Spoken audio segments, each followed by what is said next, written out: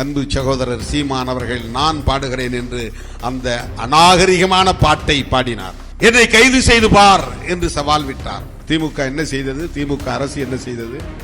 கருணாநிதியுடைய பேனா சிலையை உடைப்பேன்னு சொன்னவர் கூட கொஞ்சி குழாவல். திருமாவளவனுடைய மறைமுகமான தாக்கு.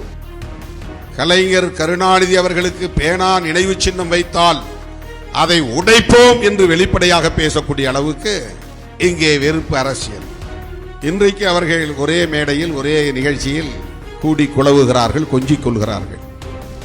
முன்னாள் முதலமைச்சர் கருணாநிதிக்கு பேனா சிலை வச்சா உடைப்பேன் அப்படின்னு சொன்னவர் கூட ஒரே நிகழ்ச்சியில கொஞ்சம் கொலாவறாங்க அப்படின்னு சீமான் கூட ஸ்டாலின் சிரித்து பேசினதை குறிப்பிட்ட விசிக தலைவர் திருமாவளவன் மறைமுகமா விமர்சனம் பண்ணியிருக்கிறார். இது பற்றி விரிவாக பார்க்கலாம் இந்த தொகுப்பில்.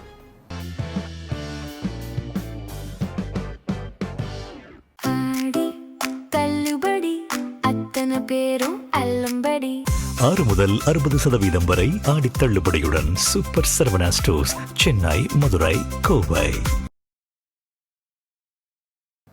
திருவண்ணாமலையில நடந்த விசிக நிகழ்ச்சியில திருமாவளவன் கலந்துகிட்டு பேசினாரு. அப்போ கருணாநிதிக்கு பேனா சிலை வச்சா உடைப்பேன் அப்படின்னு சொன்னவர் கூட ஒரே திருமண நிகழ்ச்சியில சந்தித்து கொஞ்சம் கொலாவறாங்க. கூட்டணி ஆட்சிக்கு திமுக தயார் அப்படின்னு சொல்லியிருந்தா, விரும்பின தொகுதிகளை கூட்டணி கட்சிகளுக்கு கொடுத்திருந்தா இவ்வளோ பெரிய பின்னடைவை திமுக சந்திச்சிருக்கிறதுக்கு வாய்ப்பே கிடையாது. விசிகவினருடைய ஆசையை பின்னுக்கு தள்ளி கூட்டணி கட்சி தலைவர்களுடைய உள்ளம் நோகக்கூடாது அப்படிங்கிற அடிப்படையில தான் தேர்தலில் காட்டுமன்னார் கோவிலில் போட்டியிட வேண்டாம் அப்படின்னு முடிவெடுத்தேன்னு திருமாவளவன் தெரிவித்திருக்கிறாரு. சமீப காலமாவே திமுகவை திருமாவளவன் கடுமையா விமர்சனம் பண்ணிட்டு வராரு. இதுக்கு காரணம் விசிகவில் திருமாவளவனுடைய வலதுகரமாக இருந்த பனையூர் பாபுவை திமுகவில் சேர்த்ததுதான். பாபு திமுகவை அணுகி இருந்தாலும் அவரை கட்சியில சேர்க்க மாட்டேன் அப்படின்னு சொல்லி இருக்கணும் இல்லையா அப்படின்னு திருமாவளவனே வேதனையோட தர்மபுரி கூட்டத்துல சொல்லி இருந்தார். பனையூர் பாபு போனது அந்த அளவுக்கு திருமாவளவனுக்கு வலியை ஏற்படுத்தி இருக்கு. அது மட்டும் இல்லாம பனையூர் பாபுவை திமுகவில் இணைத்து கொண்டதன் மூலமா விசிகவை பலவீனப்படுத்திடலாம் அப்படின்னு நினைச்சிட்டாங்க. என்கிட்ட இருந்து போனது ஒரே ஒரு தம்பி தான், ஆனா பத்திரிகைகள்ல விசிக கூடாரம் காலி, பலம் குறைந்த விசிக அப்படின்னு பொய் மூட்டைகளை அவிழ்த்து விடுறாங்க.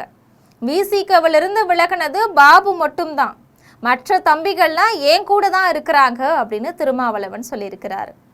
ஒரு தம்பி கட்சியில சேர வேண்டும் என்று விருப்பம் தெரிவித்தால் அந்த தம்பியிடம் பெருந்தன்மையோடு அவர்கள் சொல்லி இருக்க வேண்டும். இல்லை தம்பி, அவங்க காவேக்காவுக்கு ஆதரவு தெரிவித்தாலும் எங்களோடு நீண்ட காலம் பயணித்தவர்கள், திருமாவளவன் எங்களுக்கு நம்பிக்கைக்குரியவனாக எங்களோடு நீண்ட காலம் பயணித்தவர். அந்த இயக்கம் ஒரு விளிம்பு நிலை மக்களுக்கான இயக்கம். அந்த இயக்கத்தை நாங்கள் பலவீனப்படுத்துகிறோம் என்று களங்கம் எங்களுக்கு வந்துவிடக்கூடாது என்று அறிவுரை சொல்லி இருக்க வேண்டும். வேற ஏதாவது கட்சி சொல்ல மாட்டோம். விசிகவோடு நாங்கள் கிட்டத்தட்ட 25 ஆண்டுகள் பயணம் செய்திருக்கிறோம். எங்களுக்காக அவர்கள் வாதித்து இருக்கிறார்கள், எங்களுக்காக அவர்கள் போராடி இருக்கிறார்கள், எங்களுக்காக அவர்கள் துணை நின்றிருக்கிறார்கள். திருமாவளவன் எங்களுக்கு மிகவும் நெருக்கமாகவும் நம்பிக்கைக்குரியவராகவும் இருந்திருக்கிறார். சாதாரண மக்களை அமைப்பாக்கி இந்த அளவுக்கு அந்த அமைப்பை கொண்டு வந்து நிறுத்தியிருக்கிறார். அப்படிப்பட்ட ஒரு இயக்கத்தை பலவீனப்படுத்துவதற்கு ஒருபோதும் நாங்கள் இடம் தர மாட்டோம் என்று சொல்லியிருக்கிறோம். இதுதான் அரசியல் ஆரம். விடுதலை சிறுத்தைகளை பலவீனப்படுத்துவதற்கும் எங்களால் முடியும் என்று ஒரு நிலைப்பாட்டை நீண்ட நெடிய பாரம்பரியம் உள்ள ஒரு இயக்கம் எடுத்த போதுதான் எனக்கு எங்கும் முன்கூட்டியதை போன்ற ஒரு வழி, இதயத்தில் முன்குத்தை குத்தியதை போன்ற ஒரு வழி.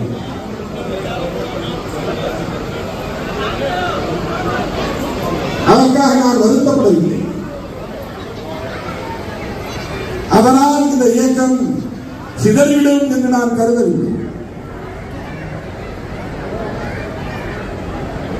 இறுதி இலக்கை தொடுகிற வரை என்னோடு ஓடி வருகிற தம்பிகளை கொண்டு என்னால் போராட முடியும் என்கிற நம்பிக்கை எனக்கு உண்டு. சமீபத்தில் ஒரு திருமண நிகழ்ச்சியில முன்னாள் முதல்வர் ஸ்டாலின், நாம் தமிழர் கட்சியுடைய சீமான் இவங்கெல்லாம் கலந்துக்கிட்டாங்க. ஸ்டாலின் மேல சீமான் எத்தனையோ விமர்சனங்களை வச்ச போதும் ஸ்டாலினும் சீமானும் அந்த நிகழ்ச்சியில சிரிச்சு பேசி அரசியல் நாகரிகத்தை கடைபிடிச்சாங்க. அதே மாதிரி தான் திருவேற்காட்டில் திமுக நிர்வாகியுடைய திருமண நிகழ்ச்சியில உதயநிதி ஸ்டாலின் கலந்துக்கிட்டாரு. அந்த நிகழ்ச்சிக்கு சீமானும் வந்திருந்தாரு. அப்போ 2 பேரும் கைக்குலுக்கி பேசின வீடியோ காட்சிகள் வைரலாச்சு. திமுகவினரும் சீமான் மேல அவ்வளோ விமர்சனங்களை வச்சிருக்கிறாங்க. பெங்களூர் நடிகையை தனக்கு எதிராக திமுகவினர் ஒவ்வொரு தேர்தலின் போதும் திருப்பி விடுறாங்க அப்படின்னுலாம் சீமான் குற்றம் சாட்டினாரு. ஆனா அதையெல்லாம் மறந்துட்டு 2 பேருமே கைக்குலுக்கி பேசினது பார்க்குறவங்கள நெகிழ வச்சது, நிறைய பேரை அதிர வச்சது. மெரினாவில் கருணாநிதிக்கு பேனா நினைவு சின்னம் அமைப்பது குறித்து சீமான் கடுமையான விமர்சனங்களை முன் வச்சிருந்தாரு. அவர் பேசும்போது, கருணாநிதிக்கு பேனா சிலை வைக்கணும் அப்படின்னா உங்களுடைய அறிவாலயத்தில் வச்சுக்கோங்க, கடல்ல கால் வச்சா அதை நான் வந்து உடைப்பேன், கடல்ல பேனா சிலை வைக்கிறது மீனவர்களுடைய வாழ்வாதாரத்தை பாதிக்கும், மற்ற நலத்திட்டங்களுக்கு நிதி கிடையாது, ஆனா பேனா வைக்கிறதுக்கு மட்டும் நிதி இருக்குதா அப்படின்லாம் கேள்வி எழுப்பியிருந்தாரு. இதைத்தான் இப்போ திருமாவளவன் சுட்டி காட்டி பேசியிருக்கிறாரு. கலைஞர் கருணாநிதி அவர்களுக்கு பேனா நினைவு சின்னம் வைத்தால் அதை உடைப்போம் என்று வெளிப்படையாக பேசக்கூடிய அளவுக்கு இங்கே வெறுப்பு அரசியல். இன்றைக்கு அவர்கள் ஒரே மேடையில் ஒரே நிகழ்ச்சியில் கூடி குழவுகிறார்கள், கொஞ்சிக் கொள்கிறார்கள். அதுவெல்லாம் இங்கே விவாத பொருளாக மாறவில்லை. கலைஞருக்கு பேனா சின்னம் வைத்தால் நானே உடைப்பேன் அப்படின்னு சொன்னவர் யார் தெரியுமில்லே உங்களுக்கு? இன்றைக்கு அவரை பொது வேட்பாளராக நிறுத்தப் போகிறார்களாம். திருமாவளவன் எதிரியாகிவிட்டானாம். அந்த கூட்டணியை 2009 இருந்து பாதுகாத்தவன் திருமாவளவன். முத்தமிழறிஞர் கலைஞர் அவர்களை மிகவும் கொச்சையாக மேடைகளில், அதிமுக மேடைகளில் பாடுவதுண்டு. அந்த பாட்டை பாடியதற்காக திமுக அரசு ஒரு வழக்கு போட்டது. உடனே அன்பு சகோதரர் சீமான் அவர்கள் நான் பாடுகிறேன் என்று அந்த அநாகரிகமான பாட்டை பாடினார். என்னை கைது செய்து பார் என்று சவால் விட்டார். திமுக என்ன செய்தது? திமுக அரசு என்ன செய்தது? இன்றைக்கு அவரோடு உறவாட முடிகிறது, கூடி குழவ முடிகிறது. பொதுவெளியில் ஒருவரை ஒருவர் சந்தித்துக் கொள்வது நாகரிகமானதுதான், நான் மறுக்கவில்லை. விமர்சனங்கள் நாகரிக வரம்பை தாண்டி போகிற போது அந்த இடத்தில் தொடர்புடையவர்கள் எத்தகைய எதிர்வினையை ஆற்றினார்கள் என்கிற கேள்வி எழுகிறது.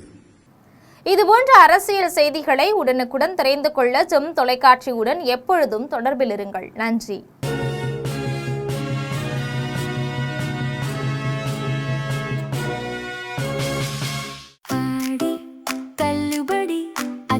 பேரும் அல்லும்படி 6 முதல் 60% வரை ஆடி தள்ளுபடியுடன் சூப்பர் சரவணா ஸ்டோர்ஸ், சென்னை, மதுரை, கோவை.